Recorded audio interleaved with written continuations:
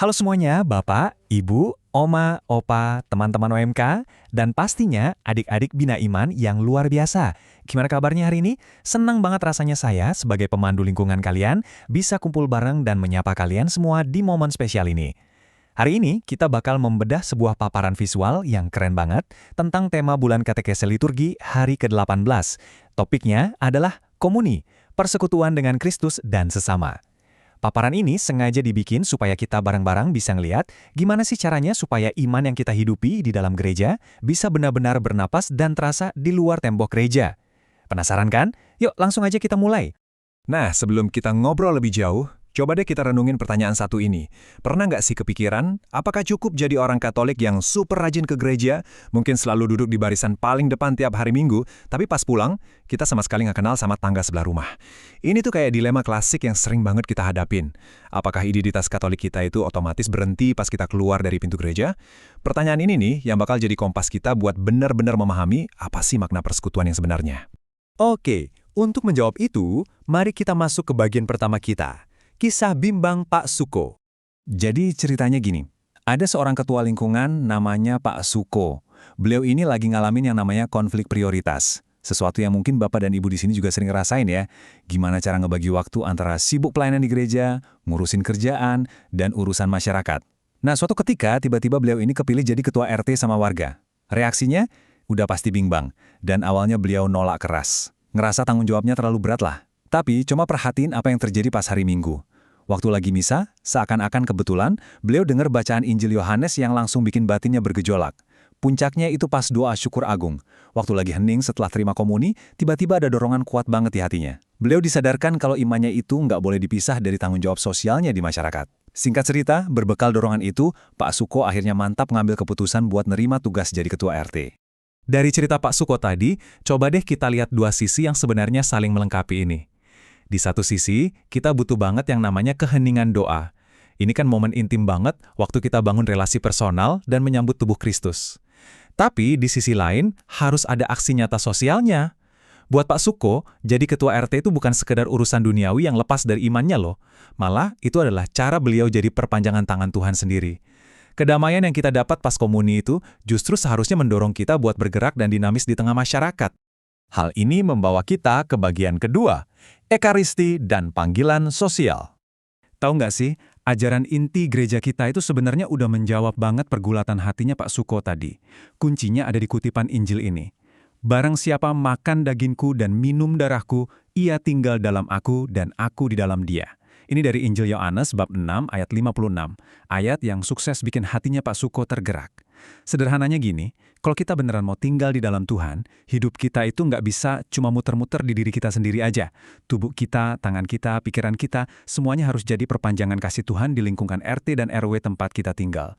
Dan ini bukan cuma tafsiran semata loh, dokumen Konsili Vatikan kedua kita, Sacrosanctum Concilium, juga negasin hal yang sama. Intinya buat adik-adik dan oma-opa sekalian, Tuhan Yesus itu benar-benar hadir penuh dalam Ekaristi, dan kehadirannya itu justru buat ngebangun persekutuan kita semua. Jadi komuni suci itu bukan tempat kita ngumpet sendirian dari dunia luar, justru lewat komuni kita disatukan sama Tuhan dan di waktu yang bersamaan disatukan sama sesama kita. Ekaristi itu ngebawa kita masuk ke sebuah misi yang harus keluar, menjangkau orang lain. Lanjut yuk ke bagian ketiga kita, makna dibalik amin. Satu kata yang super pendek ini pasti udah sering banget kita ucapin tiap misa kan?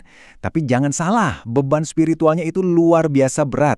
Kata amin itu bukan sekedar bahasa zaman dulu buat bilang, oke, saya percaya. Lebih dari itu, amin adalah pernyataan iman kita dan sekaligus janji komitmen hidup kita. Jadi bayangin deh, pas prodiakon atau romo bilang tubuh Kristus dan kita jawab amin, kita itu lagi berikrar, Tuhan, saya nerima Engkau, saya nerima gerejamu, dan yang paling penting, saya siap nih diutus buat ngebagiin kasih-Mu ke tetangga-tetangga saya. Nah, makanya jadi ironis banget kan, kalau kita tiap minggu nerima komuni, mantap bilang amin, tapi kesehariannya kita masih aja susah banget maafin tetangga. Atau kita malas-malesan kalau lingkungan lagi butuh bantuan. Bahkan parahnya, nolak buat ikut ngebangun hal baik di kampung kita sendiri. Ini kontradiksi yang nyata banget loh. Kan nggak masuk akal kalau kita menyatukan diri sama Sang Kasih, tapi pintunya kita kunci rapet-rapet buat orang di sebelah rumah. Sekarang kita masuk ke bagian keempat, menjadi garam yang larut. Buat ibu-ibu yang rajin masak di dapur atau adik-adik yang suka makan enak, pasti paham banget sama analogi ini. Coba bayangin, garam itu fungsinya buat apa sih kalau cuma disimpan dalam toples? Nggak ada gunanya kan?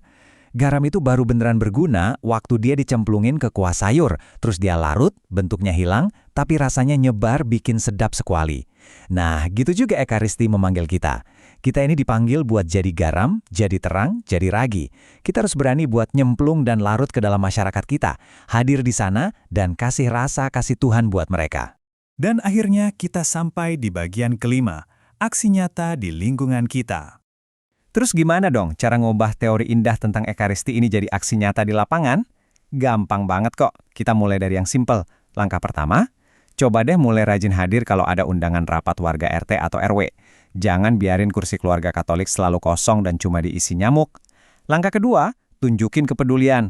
Kalau ada tetangga yang sakit, jenguk atau tanyain kabarnya. Nggak usah milih-milih agamanya apa.